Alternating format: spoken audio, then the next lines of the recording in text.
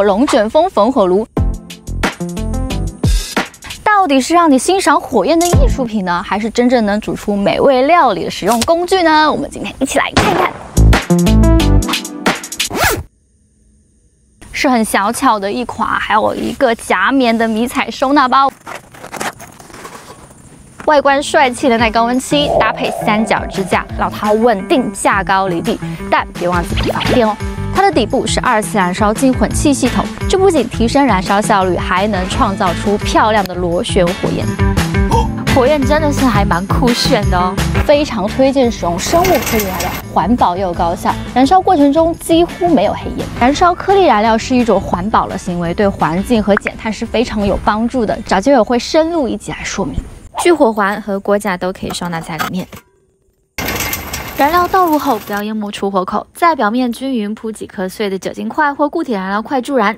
如果是在燃烧中，也可以用这个火钳来移动它。我试一下。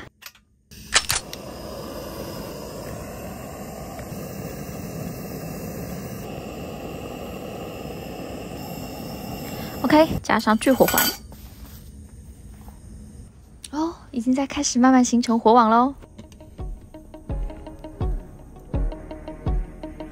哦，你看这个火焰，就感觉它一直在往上爬，在往上卷。温度上升后，2次燃烧口就出火了。火焰然后沿着这个旋转线卷动，哇，它真的在编织哎，真的在编织一个火网哎，哇，超美的。哇，我一边取着暖，一边眼睛在看着这场龙卷风火焰编织网秀的形成，同时我觉得我现在有点饿了。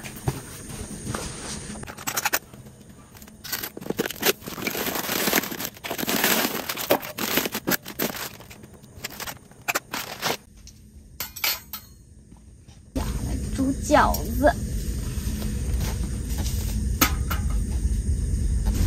火好大呀！下方还是火网，锅底是360度环绕，受热会很均匀。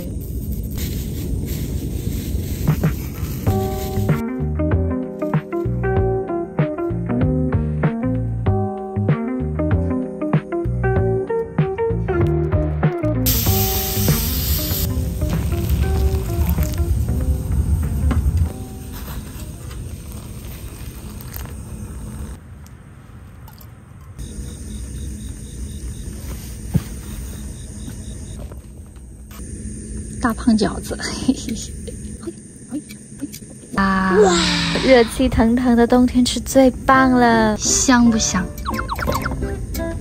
哈哈，淋一点酱油。但其实我最近最喜欢沾的饺子酱是白醋，超好吃。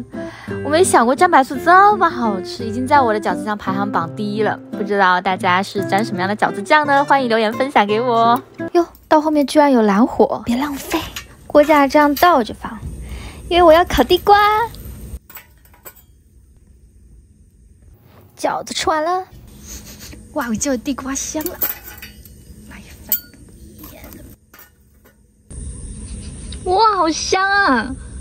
因为我买的是蜜薯，看一下情况吧。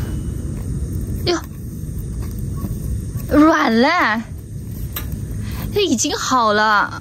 哇，比想象中要快好多，就很像街边铁桶烤地瓜，速度好快。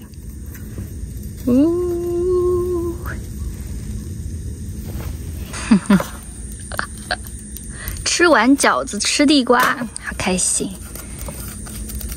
又烫啊！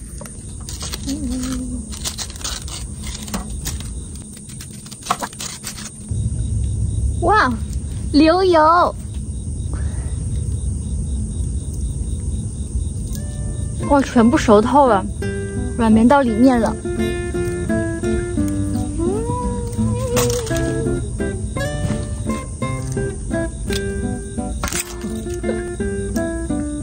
哇，好绵密啊！